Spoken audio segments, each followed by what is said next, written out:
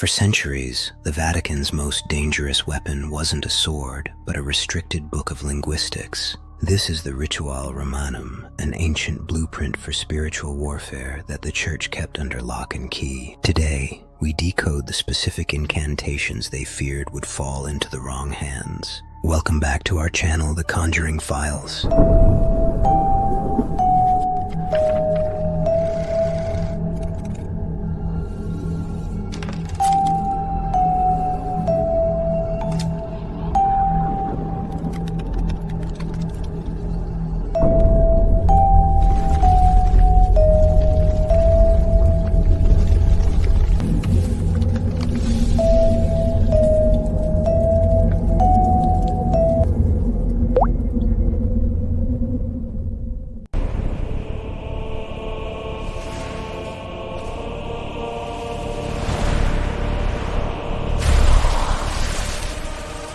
Today we are opening a file that has been sealed behind the bronze doors of the Apostolic Palace for over 4 centuries. This is not a story about faith. This is a story about power, about knowledge so dangerous, so potent, that the most powerful institution in Western history deemed it too lethal for public consumption. We are deconstructing the Vatican's forbidden exorcism manual, the Rituale Romanum of 1614, a text so carefully guarded that its most potent verses were never meant to be spoken by laymen. We are exploring the thin line between divine intervention and psychological warfare through newly surfaced archival evidence. Make sure you hit that subscribe button. We are about to descend into the archives where the air is thick with incense. To understand the danger, you must first understand the object. The Rituale Romanum is not a single book. It is a labyrinth. First published in 1614 by Pope Paul V, it was a consolidation of centuries of ritual practice, a codification of spiritual warfare refined in the shadows of medieval monasteries and candlelit chambers. Its physical distribution was strictly controlled, limited to high-ranking clergy who had taken the specific vows. The Church understood something modern science is only beginning to grasp. Knowledge itself can be a vector.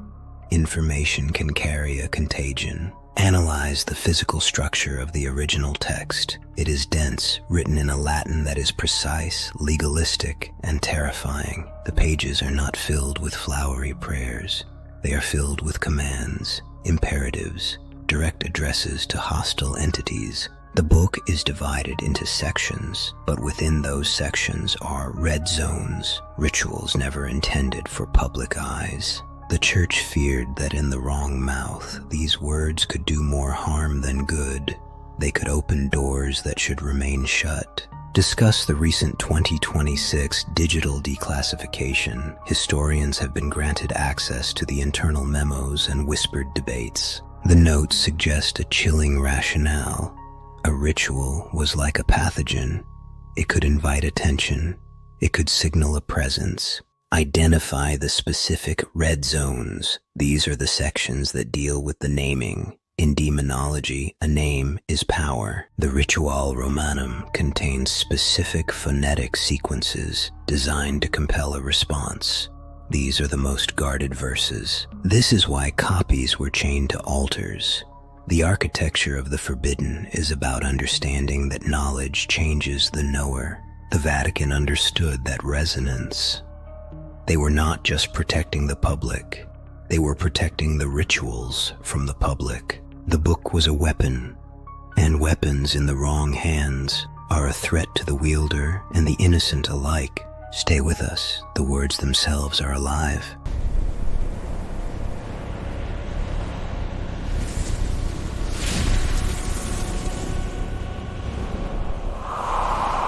The power of the Rituale Romanum does not lie in its theology, it lies in its linguistics. This is not a book of poetry, it is a manual of acoustic engineering. The Latin incantations are not chosen for their beauty, but for their precise phonetic structure. They are designed to be vibrational tools, sonic keys meant to pick the lock of a possession. Examine the precise structure of these commands. They are imperative, direct, and repetitive.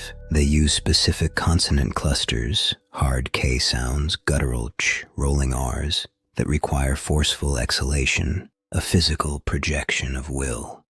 The Church's belief was rooted in verbum vincit, the word conquers. But this was not a metaphorical conquest. They believed that specific frequencies and syntax acted as a psychological and spiritual crowbar against the subconscious mind of the possessed and against the entity hiding within it. Break down this theory. The human voice, when trained and focused, can produce frequencies that resonate in the listener's body. The exorcist's chant is not a melody, it is an assault. It is designed to disrupt, to agitate, to force a reaction.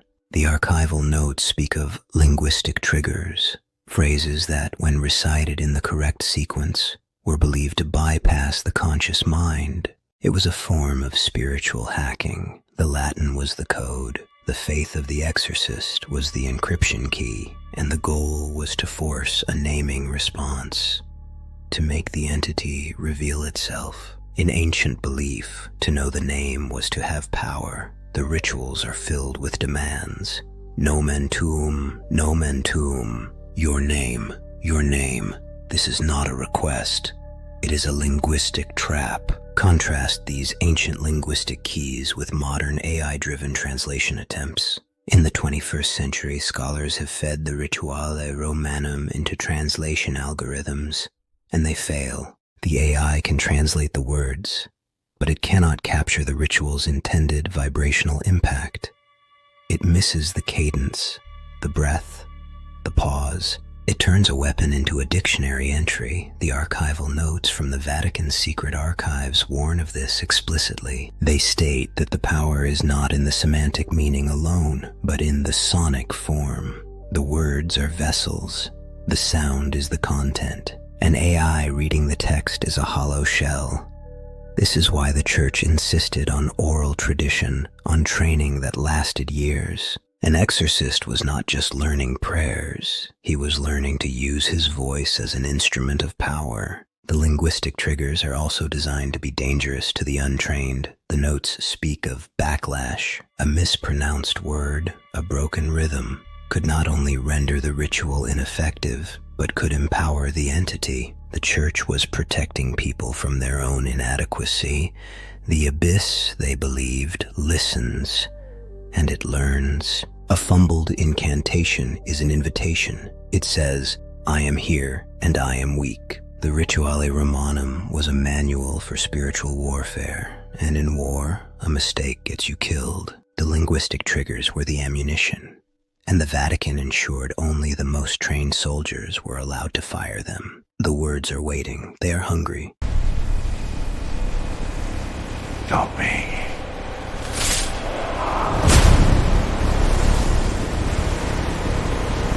Before a single word of the Rituale Romanum is ever spoken, a battle is fought. Not against a demon, but against doubt. The modern Vatican does not rush to exorcism. It builds a wall, a diagnostic wall between science and spirit. Explore the manual's strict criteria for true possession, criteria that have been refined, not abandoned, in the 21st century. The Rituale Romanum lists signs that are not merely behavioral, they are physical, inexplicable. Xenoglossy, the speaking of languages the person has never learned. Superhuman strength, a frail person lifting weights that would require multiple adults. These are the benchmarks, and in 2026, these benchmarks still stand, not as superstition, but as anomalies that defy 21st century medical explanations. The Church is interested in the exceptions that break the rules of psychiatry. Detail the Vatican's modern partnership with neurologists and psychiatrists. This is not a conflict, it is a collaboration. Before an exorcism is authorized, a battery of tests is run. EEGs, MRIs, and psychological evaluations. The goal is to rule out temporal lobe epilepsy, schizophrenia, and every known medical and psychological condition. To mistake an illness for a possession is a profound failure. The diagnostic wall is there to protect the vulnerable, but it is also there to validate the ritual. The more advanced medical science becomes, the more the Church clings to its criteria. Every case medicine cannot explain becomes a testament to the reality of the spiritual. Reveal the shadow protocol. This is the term for cases in the gray zone. Individuals who fail to respond to psychiatric medication and react specifically to the ritual. An exorcist, in a private session, might recite a single command from the manual. If the subject reacts with visceral aggression and knowledge they couldn't possess, the protocol is activated. This is the point of no return, the acknowledgement that science has reached its limit. Documents describe subjects speaking archaic Latin and reacting to unknown prayers. Physical marks appear on the skin in response to prayer. This diagnostic wall is not a barrier to faith. It is a filter for truth. Credibility hinges on rigor. An exorcism is a last resort. The Rituale Romanum is not a tool for every troubled soul. It is a scalpel for a specific rare pathology. Science acts as a shield. When a neurologist says, "I cannot explain this," the words of the 1614 manual carry a new weight. They become a potential key to a locked room science cannot enter. The diagnostic wall is where faith and reason meet to confront a common enemy, the unexplained. The manual waits for a reality medicine has not yet mapped. The tests are complete. The diagnosis is in, and it is not of this world. Our instruments have measured the void, but the void has looked back. The protocol is active. The door is open. What lies beyond the wall is no longer a matter of medicine, but of the eternal. The silence of science has begun. The Rituale Romanum, the diagnostic wall, not of this world.